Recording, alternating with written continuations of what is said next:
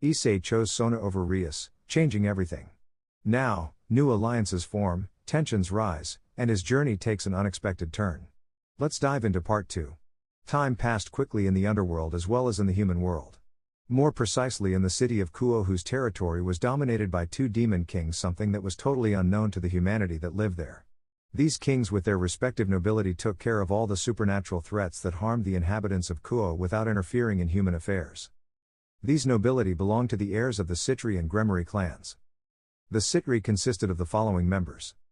Sona Citri, or as she was known in the Kuo Academy, Sona Shitori, the president of the student council, better known as the Ice Princess for her serious countenance without emotions, strong character and strict behavior, and what the students had no idea that she was a high-class demon and king of her own entourage.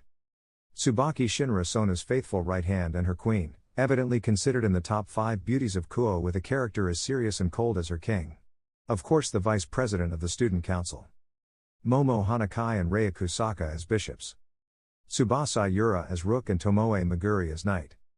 And finally, its newest members, recently reincarnated as pawns.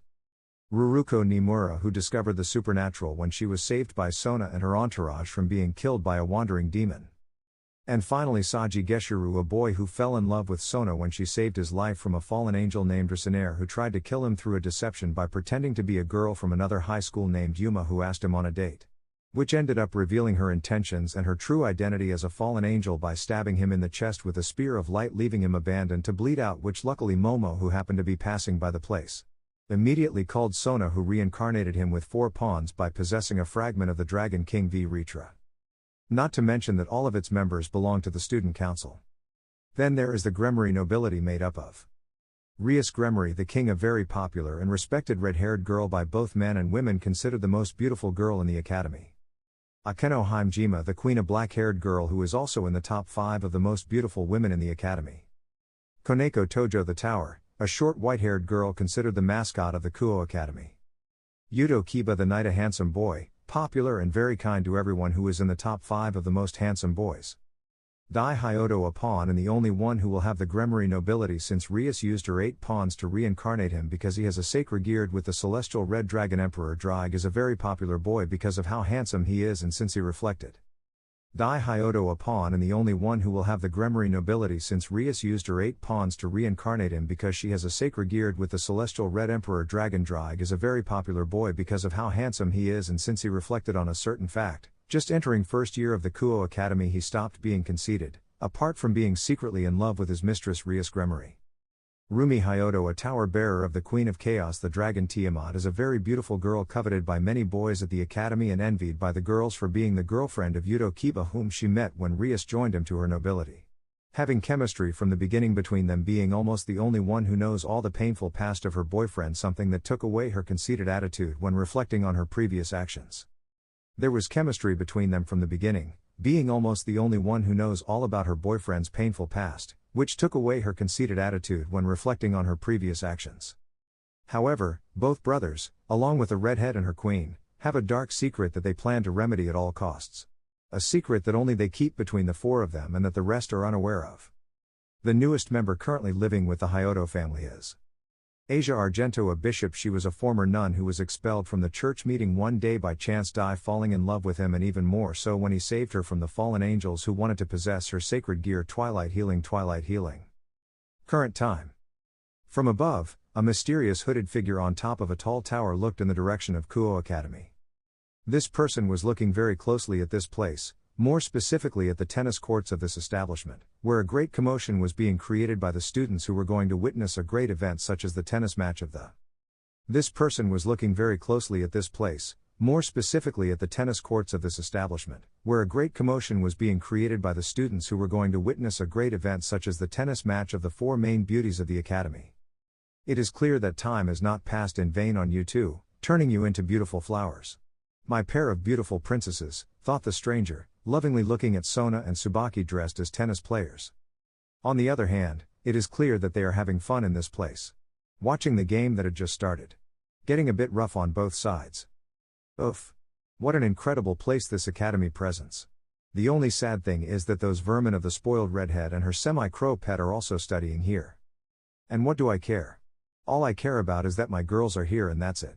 He proclaimed, disappearing in a flash once the match was over, which ended in a draw after destroying his rackets.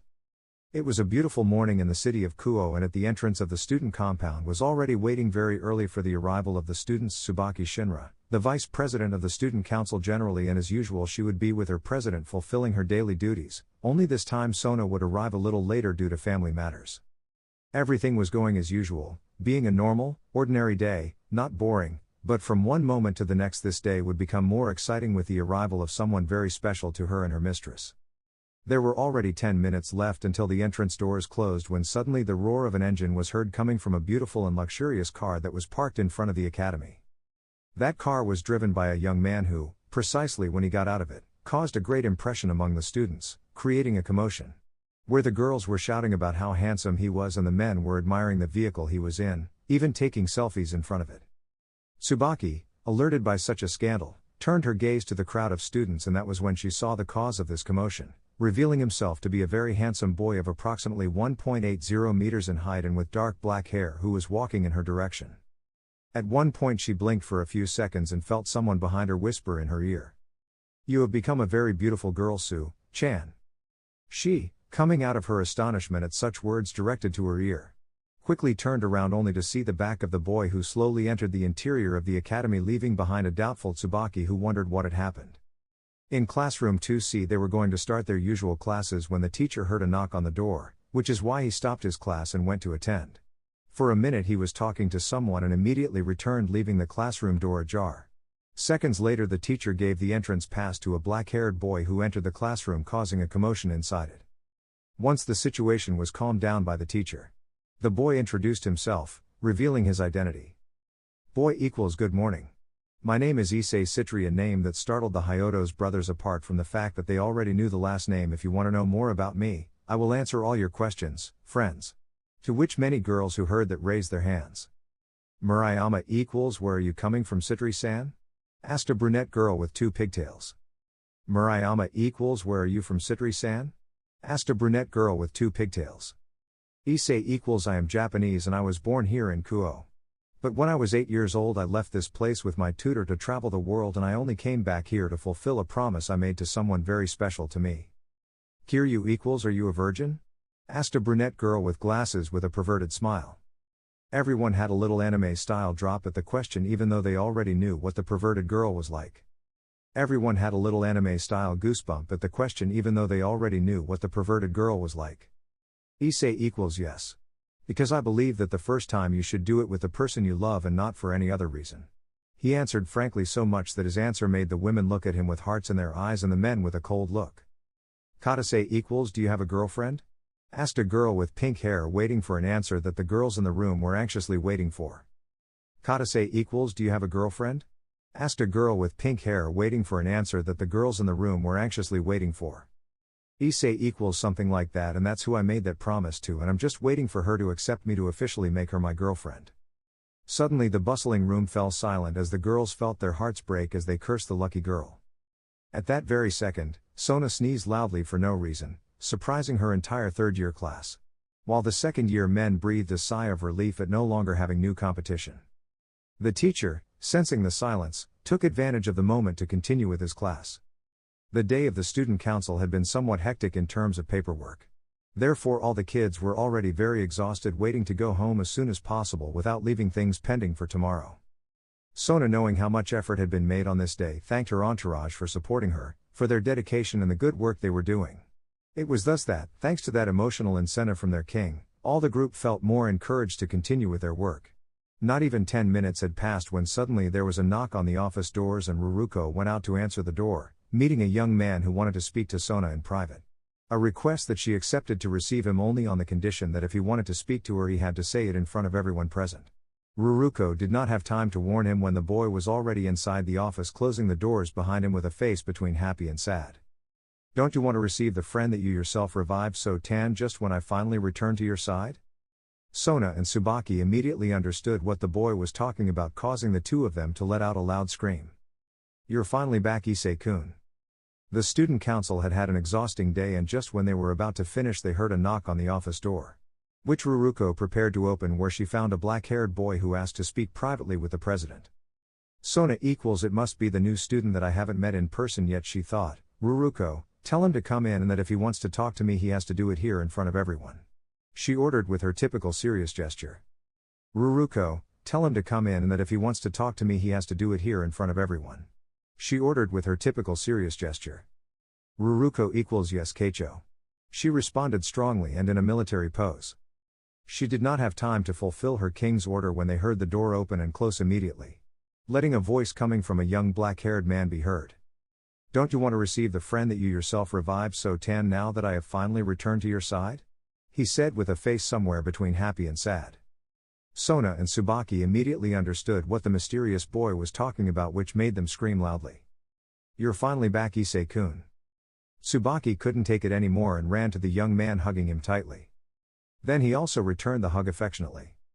Tsubaki equals I miss you, Issei-kun. Issei equals same as me, Tsu-chan. A couple of minutes passed and they released the hug, smiling broadly. He then looked at Sona tenderly just to tell her. Issei equals didn't you miss me too so tan? Sona equals yes. And right now I'm going to show you how much I missed you. Giving him a look that gave Issei chills. She approached slowly to grab the boy's face and slammed him against the concrete wall with tremendous force. This terrified her entire entourage when they witnessed for the first time their mistress using such force against someone. Swallowing saliva and swearing never to anger her mistress. On the other hand, Tsubaki just looked at her calmly, supporting Sona's actions. Issei came out of the wall somewhat scared, watching as Sona again approached him with a sharp gaze. Expecting the worst. He just closed his eyes but opened them immediately, surprised by what she was doing when he felt how she just hugged him tightly, putting her head on his chest, telling him that he was an idiot over and over again, so he just smiled and reciprocated the gesture. After a few minutes of silence they separated a little without letting go of each other so they could talk. Sona equals why did you never call me a fool? I was so worried about you. Idiot? She said in a very raised voice, unloading all the frustration she had accumulated while missing the man she loved. Issei equals I'm sorry darling. It's just that with my exhausting training I didn't have time for anything, and the only thing that motivated me was thinking that I was doing all this for you so I could protect you in the best way possible, Sona-chan. Sona equals for me? She asked foolishly, pointing at herself, a little blushed. Issei equals of course. Remember that I promised to be by your side for the rest of my life, Sona-chan. Sona equals and I wish that you keep that promise. Idiot. As soon as they finished speaking, they both stared at each other, losing themselves in each other's gaze, while unconsciously they slowly got closer to the point of almost touching their lips, forgetting about the whole world around them. Ahem. Saji cleared his throat loudly and very annoyed, interrupting the romantic moment of both black-haired men. While the other girls who were blushing waiting for their mistress's kiss with the unknown boy were upset with Saji for ruining the romantic soap opera scene they were witnessing live and in person. Tsubaki didn't feel anything because she knew her friend's feelings supporting her in declaring her love for him. Although at the same time she couldn't deny the feelings she herself felt for that boy. After the embarrassing moment between Sona and Issei, the boy formally introduced himself in front of everyone. Issei equals my name is Issei Citri, a hybrid dragon demon, and I am a pawn of Sona-chan. Saji was already quite annoyed by how he so lovingly referred to his mistress and love interest in front of the young man. Saji equals respect your place already, Keicho disrespectful. And how is that about you being a pawn? Huh? Let's see. And how many pawns did they use on you if I may know? Issei equals 3. He answered calmly. Saji equals only 3? I asked in a mocking way. Just so you know, Kaisho used 4 pawns on me. Therefore that means that I am your superior and you must respect me, he spoke in a conceited way, believing himself superior to the black-haired man. Sona didn't like it all the way Saji spoke to Issei and decided to bring him down from his cloud before his behavior got out of hand. Sona equals in case you didn't know Saji. Issei-kun depressing the blonde for the affectionate nickname in which she referred to him, thus noticing that his mistress was completely in love with that boy is much stronger than you since I did not use normal pawns on him. I had to revive him using mutated pawns that are equivalent to 8 normal pawns, and on him I used 3 of them. Leaving his entire entourage with their mouths on the floor except his queen. Saji nodded, embarrassed, lowering his head, understanding how stupid he was to behave like that, thus changing his presumptuous attitude that would get him nowhere, so he immediately apologized to Issei, shaking his hand. At the same time the black-haired man realized that he behaved like that because of jealousy for supposedly feeling love for Sona. So he decided to approach him and give him a little advice. recommending him not to focus on someone impossible like Sona and look more around him, noticing in that way Momo and Ruruko, who looked at him tenderly, making him blush. Finally noticing the feelings of the two girls for him. An hour later, it was already 8 p.m., and after all the corresponding introductions with the rest of the entourage, promising to work together from now on, everyone went home, leaving only the 3 childhood friends in the office.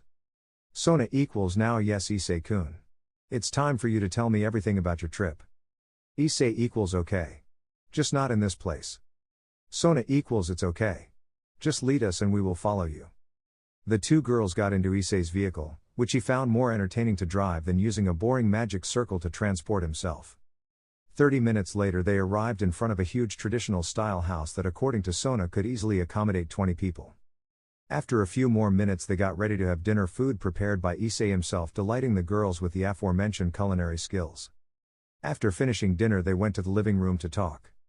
There Issei told them about the great progress he had made by already mastering 50% of his total power, and that it was enough to not accidentally harm his loved ones by raising his aura. There Issei told them about the great progress he had by already mastering 50% of his total power, and that it was enough to not accidentally harm his loved ones by raising his aura. The main reason why he traveled, making the girls happy. He also spoke to them, giving details of all the places he met and the many people, some quite special to him, which in total are 5. Sona and Tsubaki did not like at all what they heard from them, that without even knowing them they already had an idea of what his intentions were, so they formulated in their minds a long talk as soon as they saw them, especially Sona. After that the talk lasted until 1 a.m., living very pleasant moments that to their regret they had to leave until there because tomorrow was a school day, which is why the 2 girls through a magic circle were transported to their home. The days passed normally for everyone. For his part Issei became a member of the student council, easing too much with the paperwork that he did quickly without problems, leaving Sona to dedicate herself to other more important matters. In addition to taking care of the 2 perverts, leaving them traumatized for life with the punishment he subjected them to, raising his popularity with the girls even more. That same night Dai Hyoto was in his room resting after making a couple of contracts as a demon.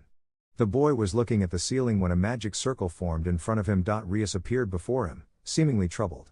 Before he could ask what was wrong, Graphia Lucifuge appeared, swiftly taking her away, leaving him confused and concerned. Thus preventing the carnal act and taking Rias away, leaving a confused boy who had no idea why his mistress acted like that. The next day Rias was distracted all day, missing all her entourage except her queen, who already knew everything that was really happening. At that moment everyone was in the occult club, noticing how Rias looked restlessly at the clock every minute, as if waiting for something that was unknown to the others but that they would find out very soon. Suddenly they saw a large magic circle made of fire appear, which when it disappeared revealed a tall blonde young man who looked at everyone arrogantly and who looked like he had a stick stuck in his butt, who was accompanied by a bunch of beautiful girls. The young blonde boy approached Rias, taking her chin and speaking to her very disrespectfully. Dai was upset by the blonde's actions and tried to hit him, but he was unsuccessful due to a strong blow to the stomach courtesy of one of the girls who came with the blonde. Dai was upset by the blonde's actions and tried to hit him, but he failed to do so due to a strong blow to the stomach courtesy of one of the girls who came with the blonde, leaving him badly injured and being cared for by a worried Asia.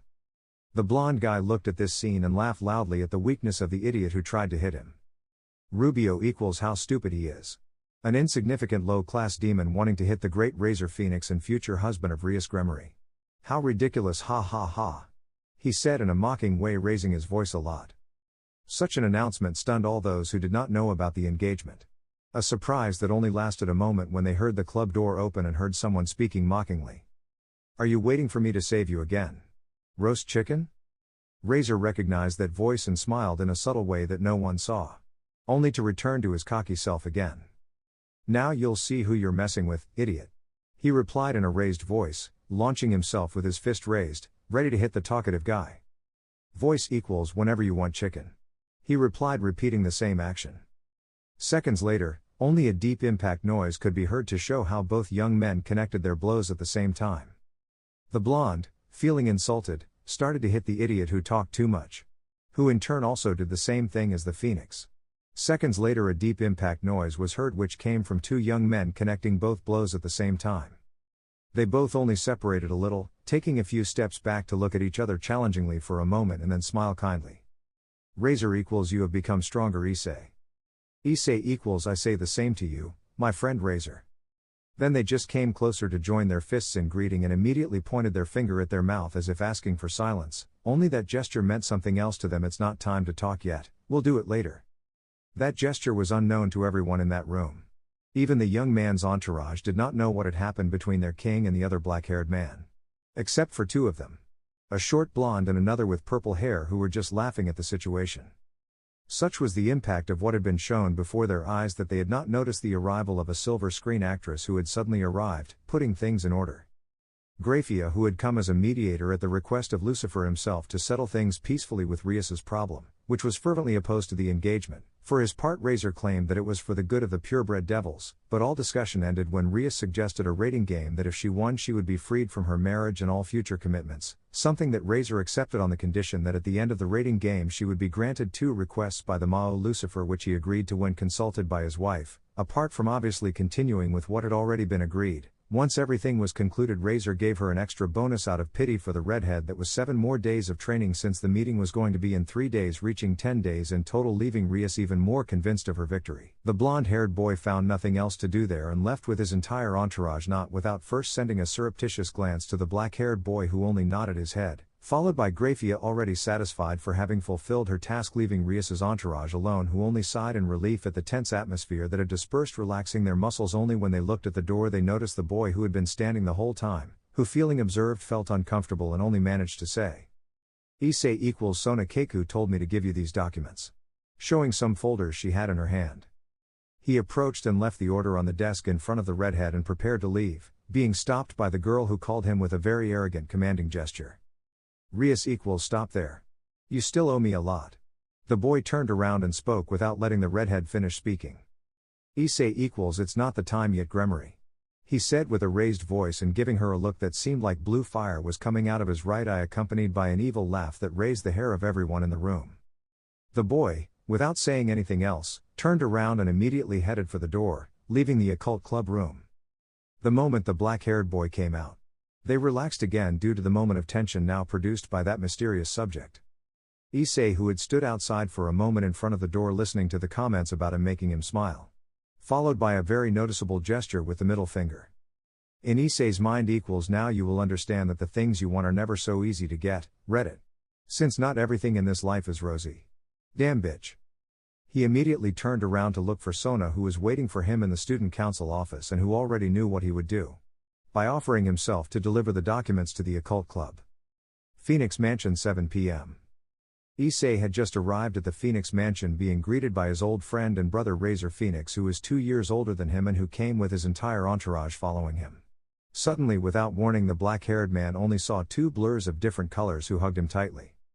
One of them was Yuba Luna. She was a purebred demon from an extinct low-class clan, tall, with purple hair, the same age as the blonde, who was her queen and who was saved by Razor himself from being killed by.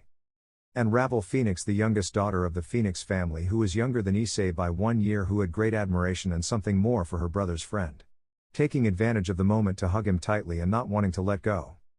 Sona, she came because Issei invited her, could not stand the action of the blonde who separated them by pulling Issei's ear, telling him to behave properly. This made Razor laugh, who did not hesitate to make fun of him, calling him asshole, making Issei angry, who stayed quiet when he saw Sona's serious face. In turn, Yuba Luna did not like Razor's behavior, repeating what the brunette did, this time being Issei the one who took revenge, applying the same words that made Razor angry, who did not say anything about the same thing about his friend, resulting in Ravel making fun of the boys, telling them that they looked like twins, causing immediate laughter from everyone in the room.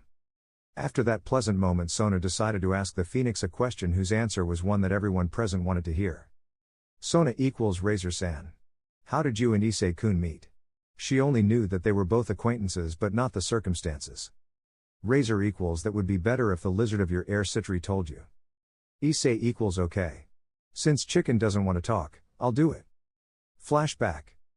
Issei Citri had only been here for 2 months since he left the Citri mansion on a training trip, so now he was crossing a forest near the Phoenix clan territories, when he saw a gigantic tree burning in beautiful flames without doing any harm to the other trees at its side, which then turned into ashes that soon dispersed with the strong wind. This fact impressed the boy, who went to see who was the cause of such a feat. When he was a little closer, he saw a blonde-haired boy sitting, and a little further away a kind of animal that was approaching him.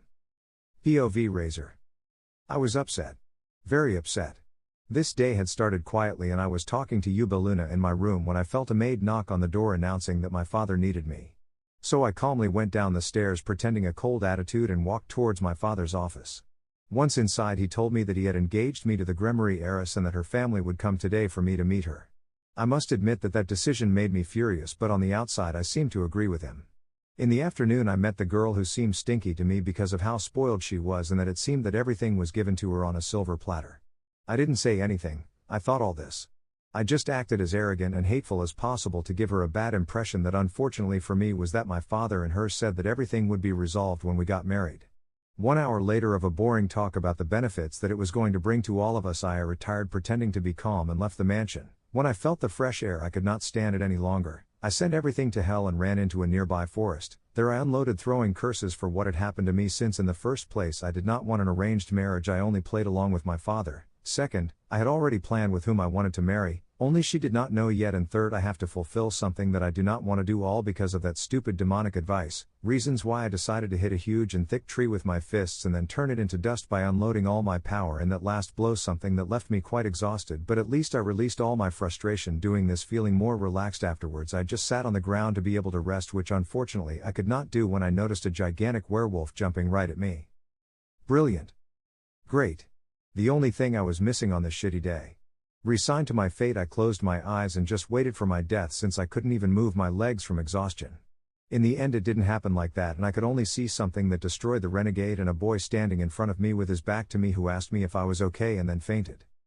I saw a blonde boy sitting very exhausted by the sweat running down his body, who was apparently distracted by not noticing the renegade demon that was going towards him. I could not let that beast kill him, so I told Taju to help me control my aura a little, to which he agreed, and I was able to get my aura out suddenly that destroyed my clothes without losing control. This would only last a few seconds, but enough to achieve my goal. So when the demon was about to kill the boy, I appeared, destroying the renegade's torso and then landing standing in front of the boy, and without turning around I asked the boy how he was, and upon hearing a positive answer suddenly everything went black.